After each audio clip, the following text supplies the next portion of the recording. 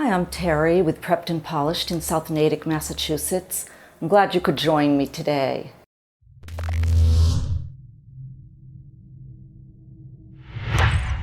Today our focus is on how to tackle the evidence-based writing and language test on the new SAT, which will be rolled out in 2016. It's not too early to start boosting the skills that will be tested.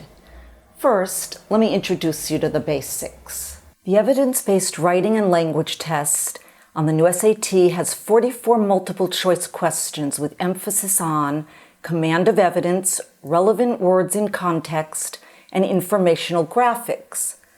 The basic aim of the writing and language test is to determine if students can demonstrate college and career readiness and proficiency in revising and editing extended prose passages, sometimes associated with one or more informational graphics, across a range of content areas, including history, social studies, humanities, science, careers, for expression of ideas and for conformity to important conventions of standard written English grammar, usage, and punctuation. That's the test in a nutshell. Now I'm going to show you how to tackle a few passage-based sample questions. A typical question on the new SAT is a relevant word in context question. Let's take a look. The content of this question is effective language use and precision, which means using language effectively to convey meaning clearly and precisely. The focus is to determine the most contextually appropriate word.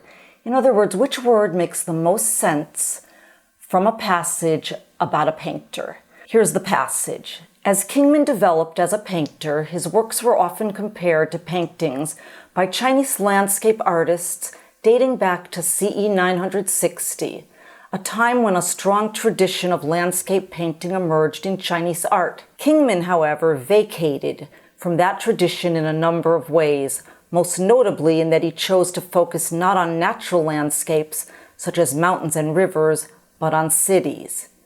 And your task is to determine if vacated is the best word choice.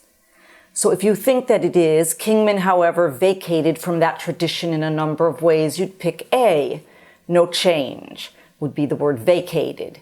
B, Kingman, however, evacuated from that tradition in a number of ways.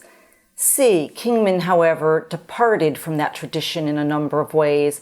And D, Kingman, however, retired from that tradition in a number of ways. Which do you think is the best word choice?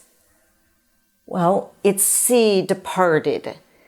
Departed is the most contextually appropriate word to indicate that Kingman deviated from the tradition in a number of ways, the tradition of Chinese landscape painting.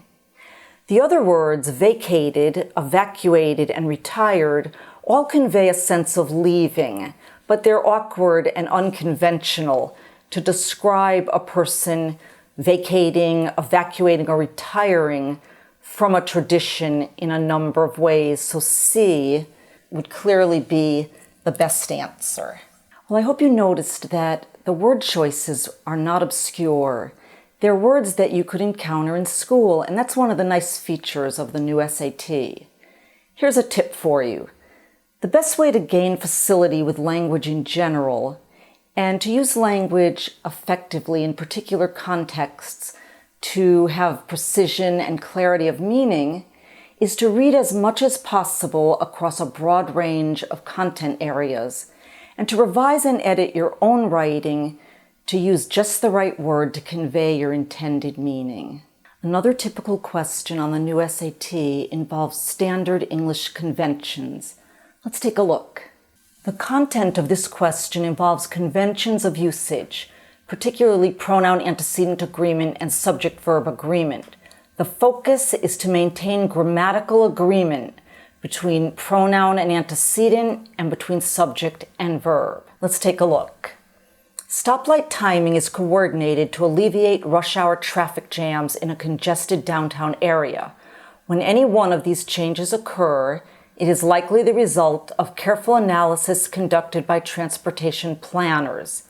And your task is to determine if the underlined portion maintains agreement. So let's see, it is a pronoun and it's singular and its antecedent is anyone. Let's underline that. So that seems fine. We can get rid of the choices that have they. However, anyone is also a subject, a singular subject, and the verb occurs in a plural form here. A singular verb ends in an S. So choice D, when any one of these changes occurs, it is the correct answer. It maintains agreement between the pronoun and antecedent and the subject and verb occurs. So there you have it. A tip for tackling this type of question is to review conventions of grammar and usage, including subject-verb agreement and pronoun-antecedent agreement. Here's a bonus tip for you. Many questions on the new SAT assess command of evidence. Some questions measure a student's ability to revise a text to improve its development of information and ideas. Other questions ask a student to draw connections between text and graphics. For example, to correct a passage's inaccurate interpretation of data presented in a table. So brush up on these areas. If you liked this video, give it a thumbs up and subscribe to our channel. If you have any questions or you want more in-depth assistance, either online or in person, simply email info@preppedandpolished.com and we'll be glad to help you. Good luck.